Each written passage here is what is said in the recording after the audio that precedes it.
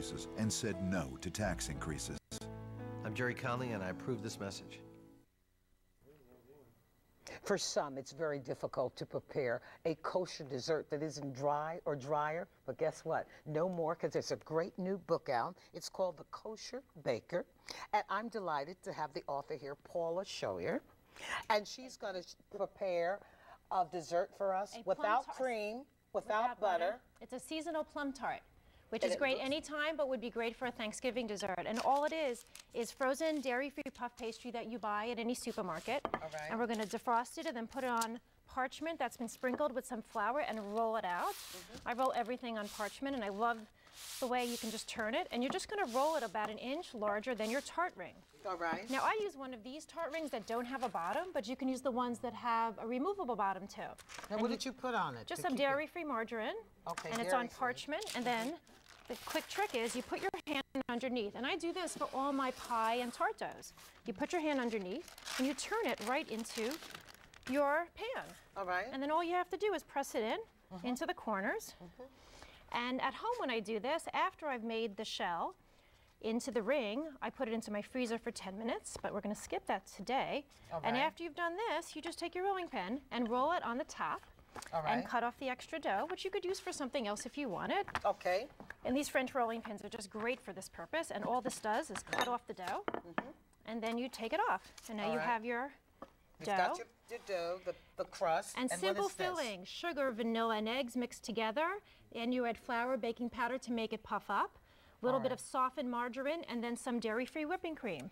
By the way, if you didn't get all of this down, it's going to be on our website, WUSA9.com, so you can make this at home, and it's not very complicated. No, it's very that easy, in. and you just spread this out here all right. around. And then we put the plums on And it? then we put the plums on, and you can put any other fruits in it as well. You could use blueberries or raspberries. All right, and no cream and no butter, and it's going to taste all right? Yeah, I wanted to write a book that had more interesting, flavorful, and elegant dairy-free desserts than most people typically find. Yes. And my goal was to make sure that people couldn't tell that they were dairy-free. So you put this in rings around, and then you do a second ring. And then when it's done, it comes out like this. How long did you bake it? You bake it for 25 minutes in a 400 oven at the bottom rack, and then after it bakes for about 25 minutes, you sprinkle some sugar just on the top of it. All right. And then it bakes a little more. The sugar makes it shine and makes the juice of the plums come out a little bit. That is so And then pretty. it's ready to go, and then it looks like this. And guess who gets to taste it? Yeah, and it's got a crispy crust, and then what happens to the filling is that it's a custardy cake, and it puffs up. All right, and what else did you bring us real quick? This is a chocolate babka. This is my most popular dessert. Okay. And a pumpkin cake. Very simple, one bowl cake, really easy. And this is a yeast dough and a chocolate filling with chocolate chips. That's good. And I don't miss the butter and the cream. Go to our website and come back and visit us at 5 o'clock. Paula, thank you. Thank you so much. I'm so glad you're enjoying it. I love it. Very good.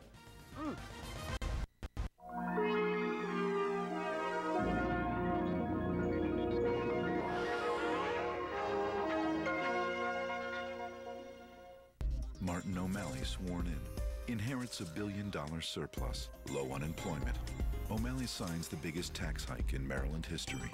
Raids Chesapeake Bay Fund to cover spending. Gives raises to top aides. Business climate ranks 45th worst in the nation. Now 200,000 jobs lost.